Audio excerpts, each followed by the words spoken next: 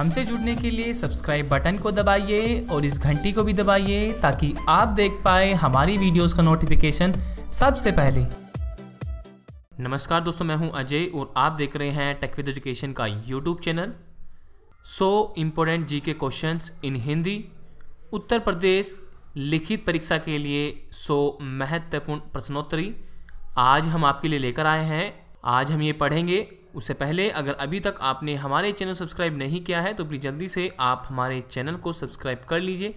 Channel subscribe करना free है, आपको रेड बटन दबाना है और चैनल सब्सक्राइब कर लेना है। तो चलिए दोस्तों, शुरू करते हैं आज का अपना वीडियो। तो दोस्तों, आपकी स्क्रीन के सामने जो क्वेश्चंस हम आज लेकर आए हैं, मोस्टली अब तक के सबसे मोस्ट इंपॉर्टेंट क्वेश्चंस हैं यूपी पुलिस लिखित परीक्षा के लिए। आज हम ये पढ़ेंगे। तो चलिए दोस्तों, शुरू करते हैं अपना ये वीडियो। तो पहला क्वेश्चन आपकी स्क्रीन के सामने, भारतीय अंतरिक्ष अनुसंधान संगठन इसरो का मुख्यालय कहाँ है? ये बेंगलोर में है।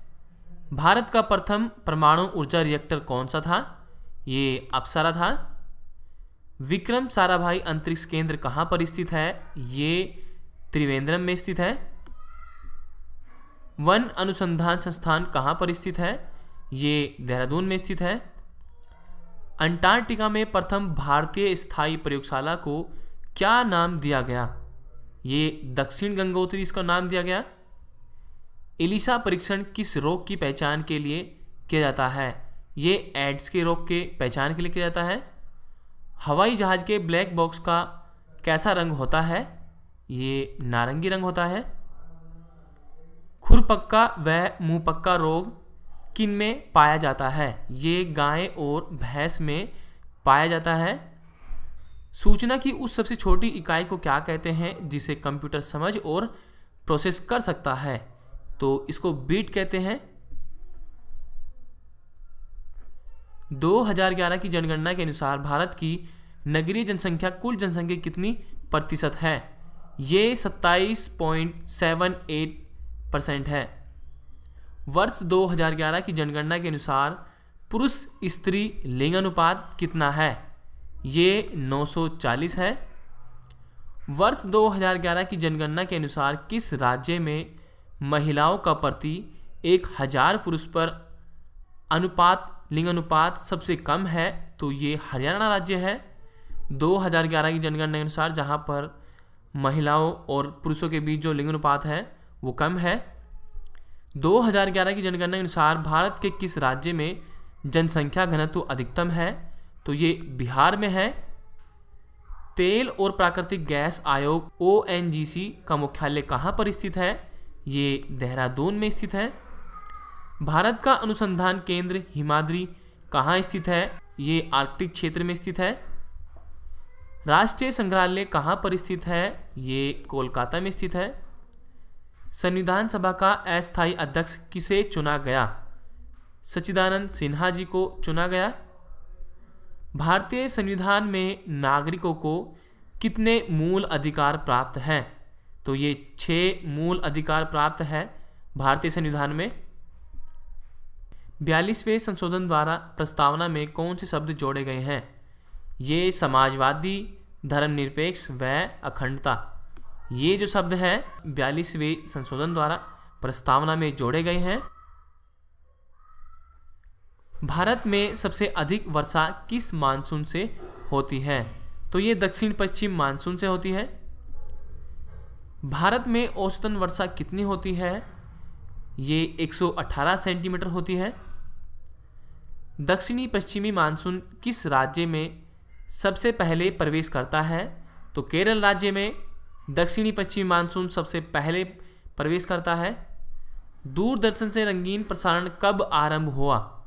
ये 1982 ईस्वी में आरंभ हुआ। दूरदर्शन से जो रंगीन प्रसारण है वो 1982 में हुआ था। विश्व वन्यजीव कोष द्वारा प्रतीक के रूप में किस पशु को लिया गया है? तो ये पांडा है। ये पांडा पशु को लिया गया है इसके प्रतीक को। विश्व के सबसे बड़े कंप्यूटर नेटवर्क का नाम क्या है? ये इंटरनेट है। ईमेल के जन्मदाता कौन है?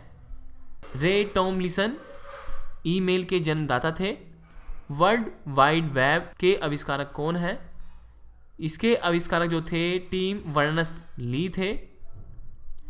HTTP का पूर्ण रूप क्या है? तो इसका पूर्ण रूप जो है hyper text transfer protocol. Deepika Kumari का संबंध किस खेल से है? ये तीरंदाजी से है। भारत में करेंसी नोट पर उसका मूल्य कितनी भाषाओं में लिखा होता है? तो ये 17 भाषा में लिखा होता है। जो भारतीय करेंसी नोट है तो उसका मूल्य 17 भाषाओं में लिखा होता है। फ्रांस की क्रांति कब हुई थी? ये 1789 ईस्वी में हुई थी।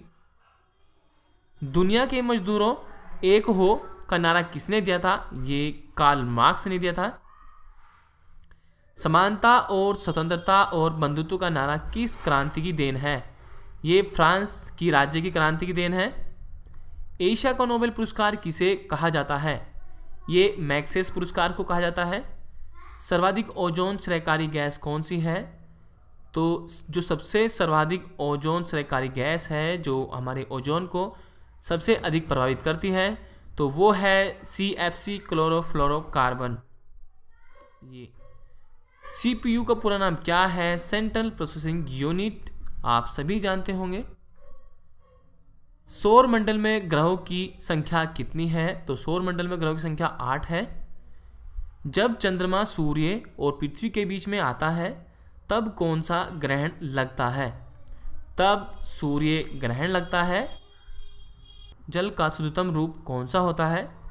तो जल का जो शुद्धतम रूप होता है वो वर्षा का जल होता है। भारत में किस प्रकार की विद्युत का सर्वाधिक उत्पादन होता है? तो भारत में ताप विद्युत का सबसे ज़्यादा उत्पादन होता है। रेडियो तरंगें वायुमंडल की किस सतह से परिवर्तित होती है? तो जो रेडियो तरंगें हैं वो वायुमंडल की आयन मंडल की सतह से परिवर्तित होती है। हवाई जहाज वायुमंडल की किस परत में उड़ते हैं?